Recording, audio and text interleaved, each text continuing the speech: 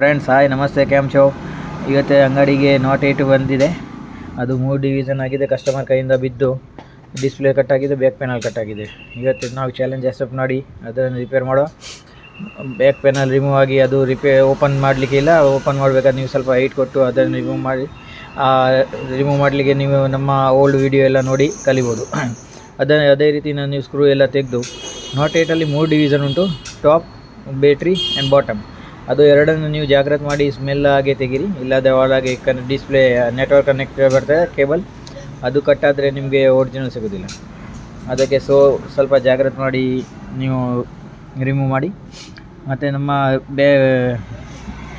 Old ಡಿಸ್ಪ್ಲೇನ ತೆಗೆದು ನೀವು back side ಎಲ್ಲ ಬಾರ್ಡರ್ ಡಿವೈಡರ್ ಫುಲ್ ಕ್ಲೀನ್ ಮಾಡಿ, ಗಮ್ ಎಲ್ಲ ಲೆವೆಲ್ ಮಾಡಿ. ಅದು ವಿಡಿಯೋ ನೋಡಬೇಕಾದ್ರೆ ನಮ್ಮ ಓಲ್ಡ್ ವಿಡಿಯೋಸ್ ಎಲ್ಲ ನೋಡಿ ನೀವು ಕಲಿಬೋದು ಹೇಗೆ ಮಾಡ್ಬೋದು. ಅದೇ ರೀತಿಯಿಂದ ನೀವು ಹೊಸ ಡಿಸ್ಪ್ಲೇ ಹಾಕುವ ಮೊದಲು ಓಲ್ಡ್ ಡಿಸ್ಪ್ಲೇ ತೆಗೆದು ಜಸ್ಟ್ ಹೊಸ ಡಿಸ್ಪ್ಲೇ ಚೆಕ್ ಮಾಡಿ ಕರೆಕ್ಟ್ ವರ್ಕಿಂಗ್ ಉಂಟು ಇಲ್ಲ ನೀವು ನೋಡಿ. ಆದ ನಂತರ ಗಮ್ ಎಲ್ಲ ಕ್ಲೀನ್ ಹಾಕಿ ಸೈಡಲ್ಲಿ ಗಮ್ ಫಿಕ್ಸ್ ಮಾಡಿ. ಮತ್ತು ಒಳ್ಳೆ ಕ್ವಾಲಿಟಿ ಕಾಂಬೋ ನೀವು ಪರ್ಚೇಸ್ ಮಾಡಿ ಅದನ್ನು ಫಿಕ್ಸ್ ಮಾಡಿ ಕಸ್ಟಮರ್ಗೆ ಕೊಡ್ಬೋದು sir. Friends, combo display change ಮಾಡುವಾಗ ನೀವು ಕಾಂಬೋಗೆ ಡಿಸ್ಪ್ಲೇಯಲ್ಲಿ ಕ್ವಾಲಿಟಿ ಕಾಂಪ್ರಮೈಸ್ ಮಾಡಬೇಡಿ. ಒಳ್ಳೆ ಕ್ವಾಲಿಟಿಯ ಡಿಸ್ಪ್ಲೇ ಹಾಕಿದರೆ ಕರೆಕ್ಟ್ ಫಿಟ್ಟಿಂಗ್ ಎಲ್ಲ ಬರ್ತದೆ. Okay, thanks.